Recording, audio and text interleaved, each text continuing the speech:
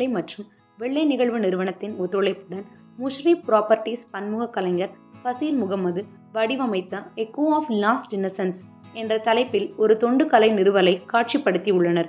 முஷ்ரிப்பில் உள்ள இந்த கலை நிறுவலில் 15,000 டெடிபியர்கள் உள்ளன. ஒவ்வொன்றும் காசாவில் இழந்த ஒரு குழந்தையின் சோகமான வாழ்க்கையை குறிக்கின்றன. இந்த கலைப்படைப்பு செப்டம்பர் 16 முதல் 26 வரை முஷ்ரிப் டவுன்டவுன் தோஹாவில் காட்சிக்கு வைக்கப்பட்டுள்ளது. இந்த நிறுவல் தினமும் மாலை 4 மணி முதல் இரவு 10 மணி வரை இலவசமாக மக்கள் பார்வையிட திறந்திருக்கும். இந்த டெடிபேர் ஒவ்வொன்றும் இத்திட்டத்தின் தொடக்கம் வரை போரின் போது இழந்த ஒரு குழந்தையின் உயிரை குறிக்கின்றன.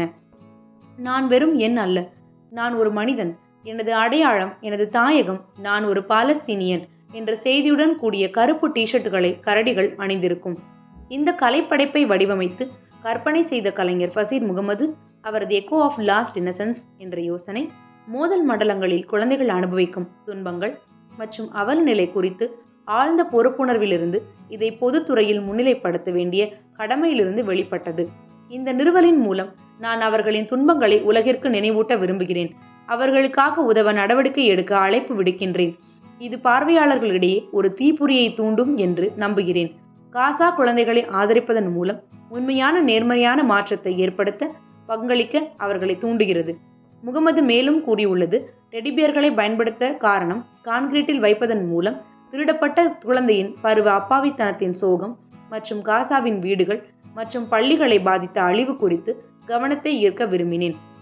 மேலும் டெடிபியர்களை வாங்குவதன் மூலம் கிடைக்கின்ற நன்கொடைகளை மனிதாபிமான செயல்களுக்காக பின்னர் செலவிடப்படும் என்று அவர் தெரிவித்துள்ளார்.